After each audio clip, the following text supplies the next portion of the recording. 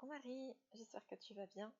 Je me permets de faire une petite vidéo par rapport au fichier que je t'avais parlé, par rapport au tableau d'amortissement du prêt et du fait que voilà, si vous avez envie de faire des remboursements anticipés, c'était plus intéressant financièrement parlant.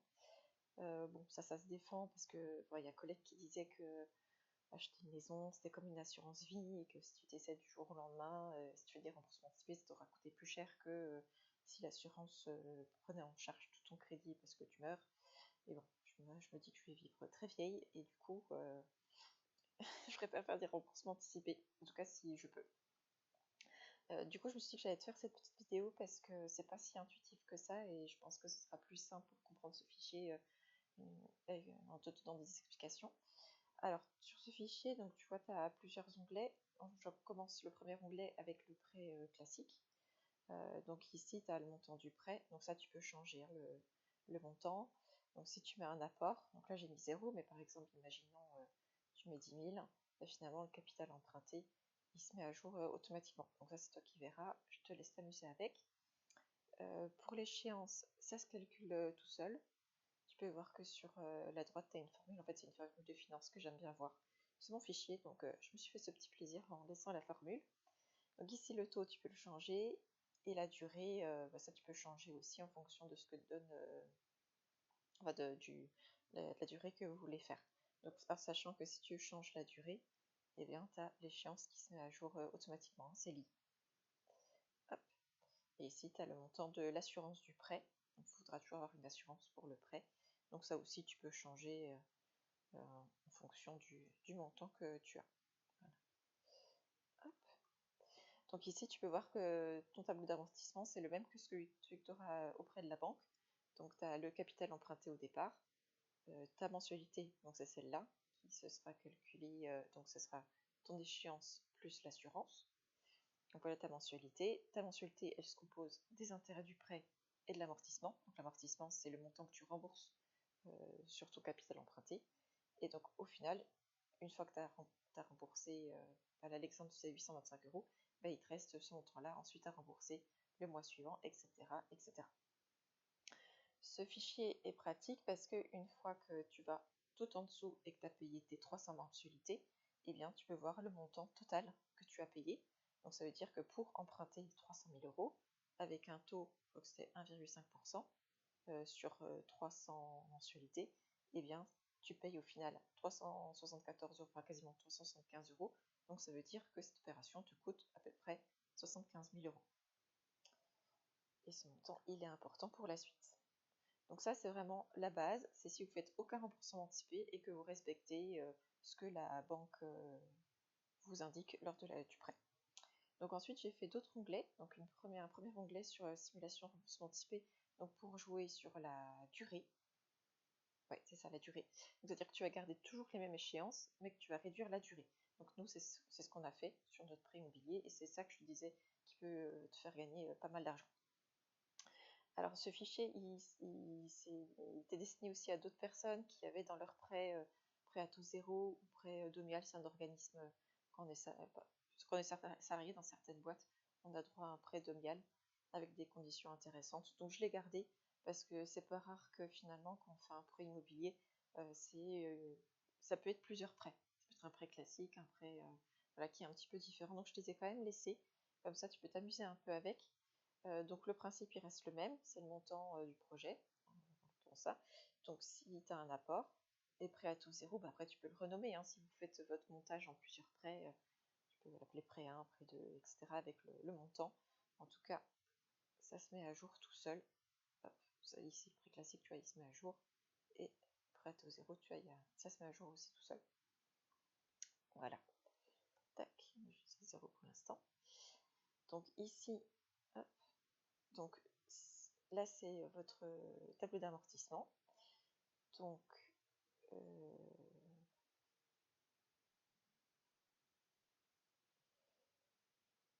ouais, c'est ça. Après c'est à peine différent, mais il doit y avoir un truc qui change. Bon, je regarderai. Mais ah si, c'est ça. Donc tu vois, les échéances, c'est exactement la même chose par rapport à avant. C'est vraiment ton prêt classique. Et en fait, si tu décides, par exemple, au bout d'un an, de faire un remboursement anticipé, eh bien, donc là, au bout de 12 mensualités, tu peux faire un remboursement anticipé, hein, par exemple. Ça peut être 12, ça peut être 24. C'est juste pour te montrer un petit peu le principe. Imaginons, là, tu fais un remboursement anticipé de 8 000 euros. Et bien, finalement, ton capital emprunté, eh bien, il sera de ton échéance restante au bout de 12 mois, moins ton remboursement anticipé. Donc, ça donnera ce montant-là, qui correspond bien à 290 000 moins 8 000. Donc, les mensualités, je fais en sorte que ça reste à peu près la même chose. Et sur la durée restante, donc ce qu'il faut faire, c'est regarder par rapport à ton prêt classique, au cas où, enfin le premier onglet au cas où tu changerais. Donc en fait, ce qu'il faut faire, parce que ça ne se calcule pas automatiquement, c'est te dire qu'en fait, il te reste 282 000 euros à rembourser, et tu regardes dans l'onglet prêt classique, 282 000 euros. Hop, on est là, ici, à peu de choses près, hein, ça ne sait pas au centime près. Donc là, en fait, normalement, 282 000 euros, c'est ce qui te reste à rembourser au bout de 22 mensualités. Au bout de 21, ouais. Et à la 22e, en fait, c'est ce qui te reste. Et ça veut dire que si tu es là, eh bien, il te reste, ici, tu vois, 279 euros, 279 mensualités encore à payer. Donc ta durée, ici, elle sera de 279 mois. Donc, une fois que tu changes ça, en fait, ta mensualité, elle se mettra à jour automatiquement.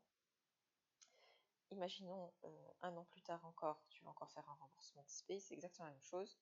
Donc, tu as ce montant du capital restant, moins 8 000 euros, ça te fait 263 000 euros.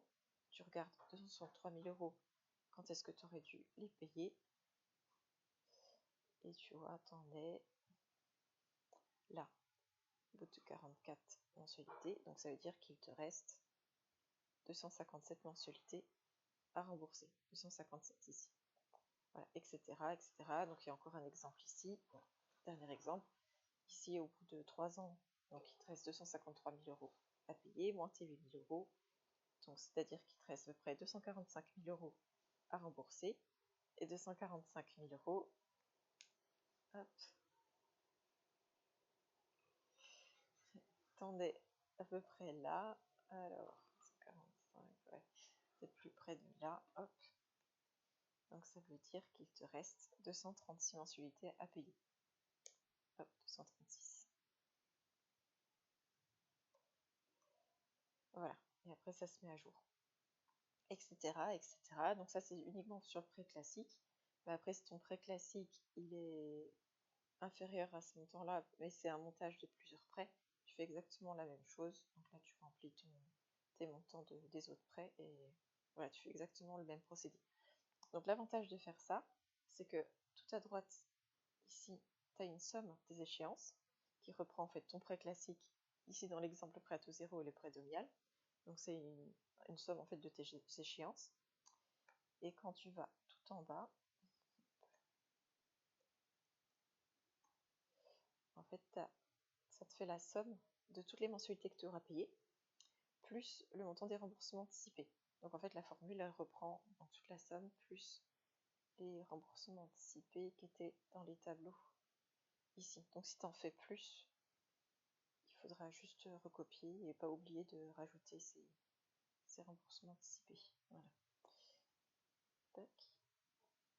Et ce qui est intéressant, c'est qu'au final, tu vois qu'en faisant ça, tu payes 264 000 euros à peu près, hein, en tout, alors que si tu suis ton prêt classique, eh ben, tu en payes 274 000. Donc ça veut bien dire qu'en faisant ces remboursements anticipés, tu gagnes sur ton prêt quasiment 11 000 euros. Et c'est ça que je te disais, que les remboursements anticipés peuvent créer un gain. Après, à voir, il faut comparer si vous laissez de l'argent à la banque et par rapport aux intérêts que ça vous rapporte. Voilà, c'est un calcul à faire, mais voilà, c'est vous qui voyez, si vous voulez, il faut comparer. Donc ça, c'est vraiment des remboursements anticipés qui permettent de réduire la durée, donc réduire le coût du prêt. Après, il y a d'autres personnes qui avaient envie de baisser le montant des échéances. Donc c'est pour ça que j'ai fait encore un autre onglet, au cas où ça vous traverse l'esprit. C'est exactement la même chose, sauf que finalement, là, tu n'as pas besoin de chercher dans le premier onglet prêt classique pour voir combien de mois il te reste. Tu marques juste tes montants de remboursement anticipé. Ça mettra à jour tout montant de prêt classique et ça mettra à jour tout seul les mensualités. Voilà. Bon, j'espère que c'est un petit peu plus clair comme ça. Si tu as des questions, n'hésite